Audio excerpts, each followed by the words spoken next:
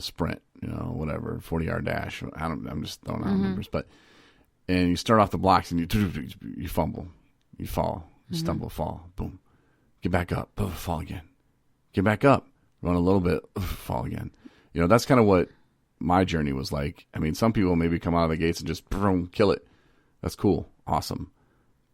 But don't be mad if you keep falling down. Yeah. Get back up and keep going. I'm telling you, when you get to the end, there's $1 billion waiting for you. And joy and happiness. Mm-hmm. It converts right over from money to joy and happiness. And it's a feeling that you want, and it's a feeling that you can have. It just takes time, and it just takes repeat. Okay, let's do it again, And if people are listening that maybe have family members or friends that are struggling, don't give up on them. Don't enable them. And there's a fine line. A lot of people are like, well, where's it at? Where's it at? It's different, again, for everybody. It's different for everybody. But, just know, the more you look it up online, the more research you do about it, the more you get to know your family member or friend and their tendencies, then you can know. Maybe they're asking you for money. Hey, can I get some money? I really need some food. Invite them over, make them a sandwich. Here's your food. I'll pack you a lunch for the week. Like those are different ways that you could probably help. Now, my mom, she came to me once, and I was like, yeah. She's like, how much money do you have in your checking? I was like, I don't know, $28. That's not enough to, last all week. And if you got to go here to here, you need gas. I'm like, yeah, I do. All right, well, you got to promise me. She's like, I'll give you $20, but promise me this goes in your gas tank. Okay. All right. Well, what I didn't tell her was I had $80 in my savings account. So, yeah, I put her 20 in, but then I was able to drink with the other stuff that I had that technically I wasn't lying. But no, I was. Mm-hmm. I should have just been up straight honest with her. But, again, the addiction part where you're just thinking, okay, well, she didn't ask me about saving, so I'm not going to tell her. Yeah. I did really have $28, whatever, in checking. And small print, Mom. Yeah. But, again, the addiction and, that's probably people are like, oh my God, that's it, dude. That's all you've done. No, there's more, but other people have probably done a lot worse. I've heard of people stealing, alcohol and for other drugs, doing even worse things, and it's not a place, the streets are not a place that somebody would want to live, even though I've come across people that do, but I think that their brains are just kind of wrecked with alcohol or drugs, or alcohol is a drug, but that, they've just become so accustomed to it, and their survival isn't based on shelter, food, and water. Their survival is based on, I need more of that drug. Mm-hmm. And again, that's how the brain works. So if you're in a place or you hear somebody talking about, oh, they just stopped doing that, and not that it's your job to go educate them, but I just wish somebody would. And this is something that I wish would be taught in school. Not just coming in showing them, oh, here's a movie about a dude who did some marijuana and he died. Mm-hmm. I think that might have led me to do other drugs, just hearing about how bad marijuana was. And I tried it and I was like, okay, must be lying about meth, must be lying about everything. I'm going to do it all. They're all liars. But if they actually had a class where, and maybe they do, maybe some schools do, I don't know, mm-hmm. where they actually taught substance use disorder, or taught like, boom, maybe throw in a health class. Yeah. Just to educate people like, hey, this is what happens. I'm sure they probably have they've got to have some sort of like unit or something in their like health class. And hell, forget the schools. So. Teach them yourself. Right. Pull your kid aside and just be like, look, we're gonna study substance use disorders today. Mm-hmm. Well, like, yep, I'm gonna do this for you, and this is gonna help you and hopefully save you a lot of pain, but maybe you can help a friend one day, and realize that this is how it works. And instead of just people seeing what they see on TV about, oh, that junkie or that crack kid stealing again, like, let's figure out why. Well, it's because they're hooked on this drug. This drug is their life now. Mm-hmm. And a bad choice here, a bad choice there. Everybody makes bad choices. So for the people who are like, well, they should have never done it. Again, bad choice. If somebody's saying that and has never, not one time ever made a bad choice in their life, well, you know what? They need to run for world office or something because that's a miracle and they're probably the Antichrist. So more power to them. But just know that there is help out there. Of course, we have resources on our website, 217recovery.com. But just want to let you know that. Yeah. It's okay. Sorry. I don't mean to try to get up on a soapbox or anything like that. No, it's good. Just spitting facts. It's great.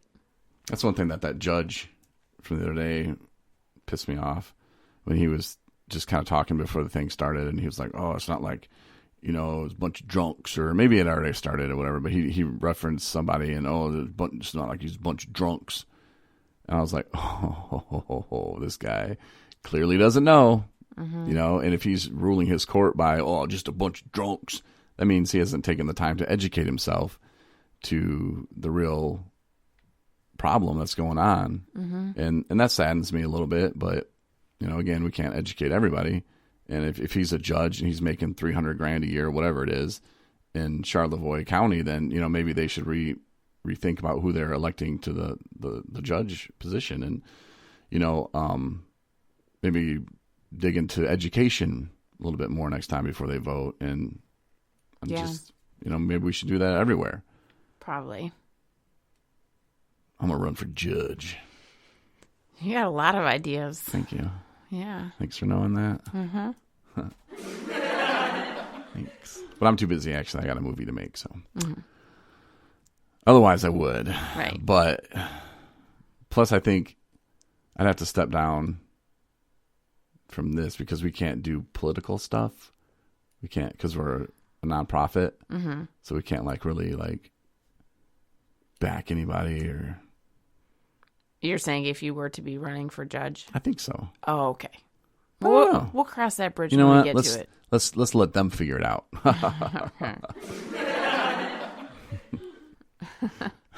I'll win the election, and then they'll say I didn't. I'll be like, I got trumped. That's funny. Some people probably don't find that funny, but it's okay, man. It's okay.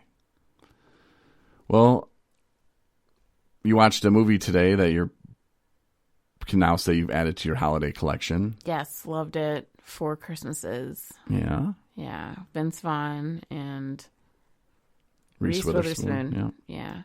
And it was an adorable movie. I loved it. It was hilarious. Lots of laughs. I mean, easy to follow. It's not, it's not mindless. But it's funny. Yeah, I really enjoyed it. Lots of good people in it. Lots of good people. Yeah, laugh out loud moments. Oh my gosh. Yeah, this one and his laugh made me I was laughing at his laugh. I was laughing more at him laughing than I was actually at what happened in the movie. No. Yes, because it's that. Yes, it's. I'm telling you, it's the truth. People know what I'm talking about if they know you. I don't know. Well, so out of 1 to 10, what would you give 4 Christmases? I think it was a 9. Whoa! Yeah, wow! I loved it. That's the highest review ever. Dang, it was good though. And I've been trying to get you to watch it for a couple of days now, and I guess we just never really had the time. But tonight we did, and made a nice dinner, and it was just nice to chill. Yeah. And kick back and relax and not hungover and right. Not. I think it was at the end of the movie where I'm like, oh, let me check my fantasy football stuff, And back in the day, it was nonstop, just football. And I don't know, it was just more about drinking. Yeah. So it's way different and way better to sit there, enjoy a nice dinner. And again, thanks for making it. And watching a movie, we're adulting now. I know. It's awesome. But we'll run down our top Christmas movies probably in a couple weeks. What we should do this week is our top wedding movies. Okay. So think about that. Maybe we'll do it Tuesday. All right. I feel bad because when I had George and Tony on last time, George's mic, and then there's a reason why I don't use that microphone I bought this one, is because I was always like, man, it's echoey. There's something going on. And it was a month or so. I was just I was always complaining about the microphone that I was using. And then, I don't know, when I got this one, I just put that one in a case and set it aside. And when you were on with Stephanie, I think it kind of did the same thing. There was like an echoey, or maybe it was Laura. But Shannon. And it was just like echoey. And so then George was like all echoey, and he was like, I think I was just too far away from the mic. I was like, yeah, George, it's your fault. I didn't say that. I was like, no, man, it's. I'm pretty sure it's the mic, but I probably should just sell it on eBay and tell him I don't know what's wrong with it. Oh, okay. Or I could just say, I don't know, man, might be something wrong with it. Here you go. I could give it to the cowboy, who's used to be my weatherman. He's in Kalamazoo or Portage. He keeps asking me for a microphone, but you know what? It would drive him nuts. Because he wouldn't know there was something. I bet you it has a home somewhere. Somebody can fix it. Yeah. Yeah, and it seems like when I got it, it was like refurbished anyway. Okay. So, or maybe I can just send it back to the manufacturer and be like, hey, maybe tweak this a little bit more. But by the time I do that, and who knows when it would get back to me, and it might as well be cheaper to buy a new mic. Right. But, you know, we have the other mics too we can always use for in-studio guests, but I don't know. I feel bad. So I kind of want to have George and them back on, but I don't think this week would be the week to do it with the whole wedding coming up and you having a list of stuff for me to complete. It's not that long of a list. No, it's not. I'm looking forward to it. It'll be fun. Yeah. But all right. Well, I'm proud of Nico. She is growing in her cat wisdom. I think it's ever since we started talking about her using the litter box during the podcast that she stopped. Mm-hmm. Have you noticed that? I did notice it. And now Nico is my cat. And she's 10. She's a very smart cat. And she knows when it's time to podcast. I think she knows English.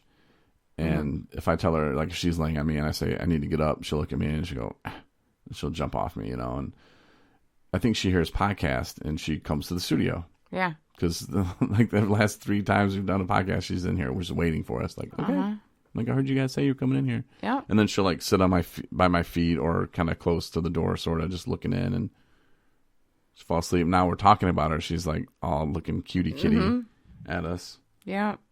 Oh, there's a cutie kitty right there. Stretching. She poses.